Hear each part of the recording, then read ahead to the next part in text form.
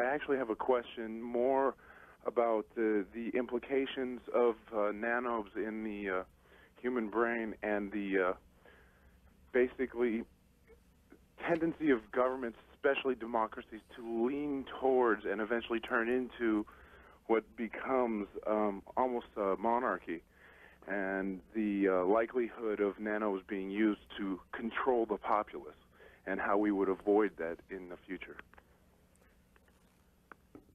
Well, you know, when we have software running in our bodies and brains, all kinds of issues that we now actually struggle with already, even though most of the computers are not yet inside our bodies and brains, will become even more important.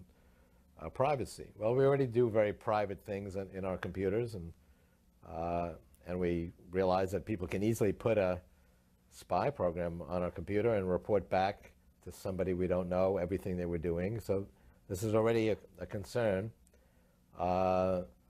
Software viruses and other type of malware is an issue, given all the important things we do on our personal computers. But when those computers are inside our bodies and brains, that's going to be more of an issue. We're concerned about security and privacy of health data. Well, if we've got all these computers with that health data inside our bodies and brains and people hack into it, put spyware there, that's going to be a big concern. And potentially people could send software viruses into the nanobots inside our brain and actually influence our thoughts. I mean, that potential is there. That's one of the downsides of these technologies. Software security, therefore, becomes more and more important an issue. Technical issues like encryption, which get very technical, but are actually pretty fundamental, I think, to the future of humanity. Being able to maintain privacy is very important. And actually, a lot of advances being made in encryption. Encryption actually tends to stay ahead of the decryption technology, to the dismay of intelligence agencies, but to the delight of privacy, people who are concerned about privacy. So yes, this will be an issue.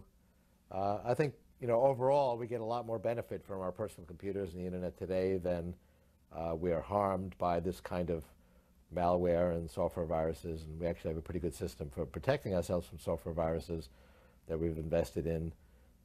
New software virus is discovered and it's reverse engineered, and a protection is created and distributed virally to the internet, generally within 24 hours. So we've done a pretty good job of actually defending ourselves from software viruses. We actually should learn from that as to how we should deal with biological viruses.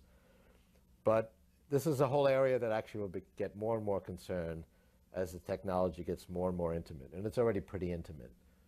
So there you go.